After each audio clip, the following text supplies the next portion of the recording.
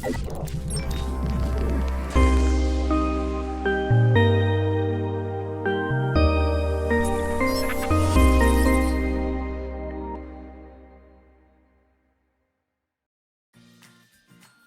what's going on YouTube? The Bearded Baron here, bringing you guys another Dead by Daylight video. In today's video, we're going to be discussing the bare bone basics of being a killer. But without further ado, let's get into the video.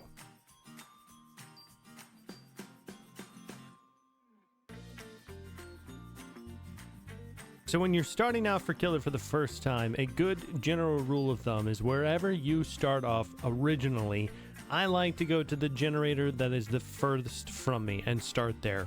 9 times out of 10, survivors are either nearby or they're working on the gen that you're walking towards, which will give you an advantage of being able to find survivors quickly in a match.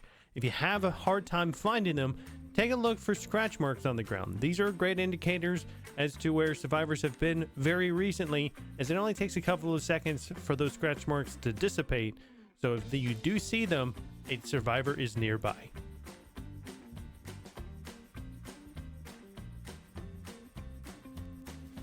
Now, once you do find a survivor, it's time to get down to the nitty-gritty. The ability to be able to knock down a survivor quickly, be able to hook them, and move on to the next survivor is going to be crucial for you to be able to succeed as a killer. And in order to achieve this, you must first be able to understand the primary and secondary abilities of each killer, because they are unique and they are different depending on what killer that you're playing.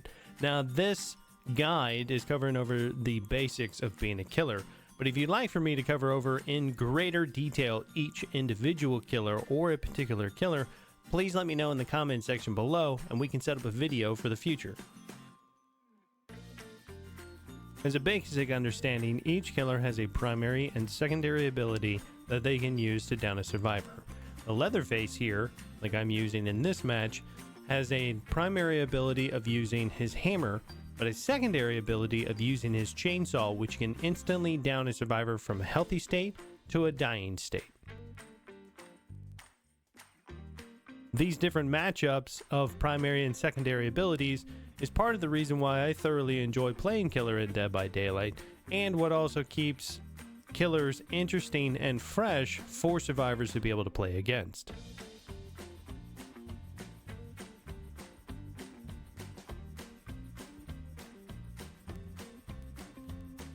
So this next one might seem pretty obvious, but after you've found a survivor and you've chased them down, you've been able to knock them down into a dying state, it's time to hook them. Now, hooking them will do a couple of things for you. One, if combined with perks like barbecue and chili, this will reveal the auras of other survivors outside of a certain range to allow you to be able to chase them down and find them faster, as well as it effectively takes them out of the game for a short duration until another survivor can come.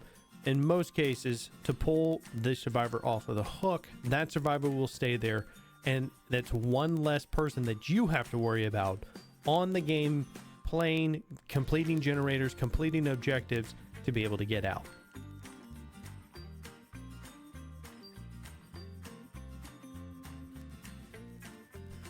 And coming into the killers in game, we're going to be talking about killing and Moris. Now, a killer can kill survivors in 2 different ways. The first way is through hooking a survivor 3 times during a match. Doing that, the entity will come in and will kill the survivor for you, and they are completely removed from the match. The other way is through Moris. Now, Moris are an offering that can be used that will allow you to kill a survivor after they've been hooked at least 1 time. Depending on whether or not that you want to go with a 3-hook kill game or with a Mori bringing into the match is up to a personal preference. Sometimes daily rituals might also dictate the use of a Mori to be brought into a match, so it's a good idea to keep some of them on hand just in case you need them in order to be able to score those extra blood points.